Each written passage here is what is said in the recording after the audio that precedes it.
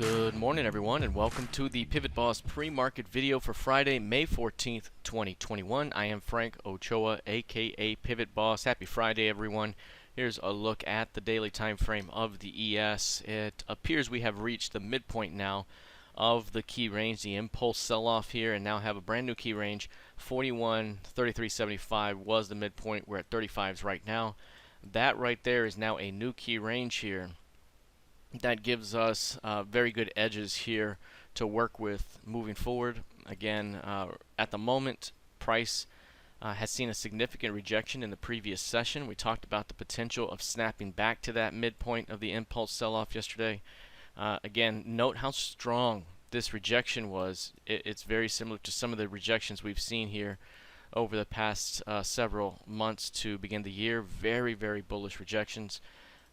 Overall, it remains above a nice uptrending channel here and continues to look bullish.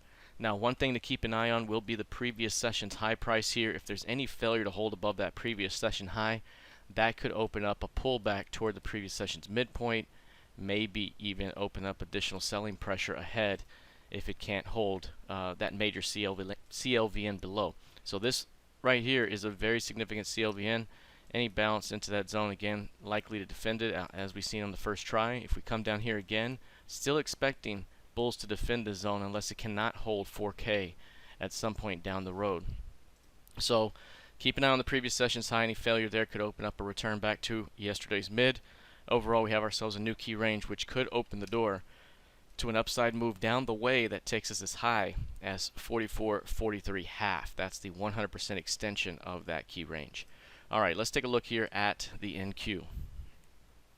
The NQ with similar price action, the previous session here, as it pops up right now, had a significant rejection as well.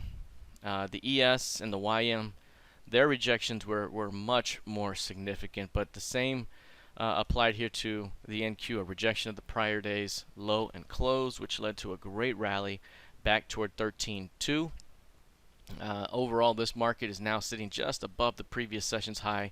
Again, that's going to be a level there that if it fails to hold that high, perhaps we're rotating back to the previous quarterly close. Maybe we see additional weakness ahead. You can see the 8-period average here dropping significantly. The 8-period average is actually below all three slower moving averages, which is significant. That means that any bounce into this zone could be seen as a selling opportunity for new lows ahead. So right now, while the ES and YM look quite bullish, the NQ, not on the same page, had seen selling pressure for at least a couple of weeks prior to when the recent sell-off occurred this week to the others. So this one's interesting right here. Got to hold that 13K. That's the level we talked about yesterday. If it can hold 13K, we have more intraday upside. That's still kind of the level now, but from a swing perspective. If it can continue to hold 13K, perhaps we can bounce back up.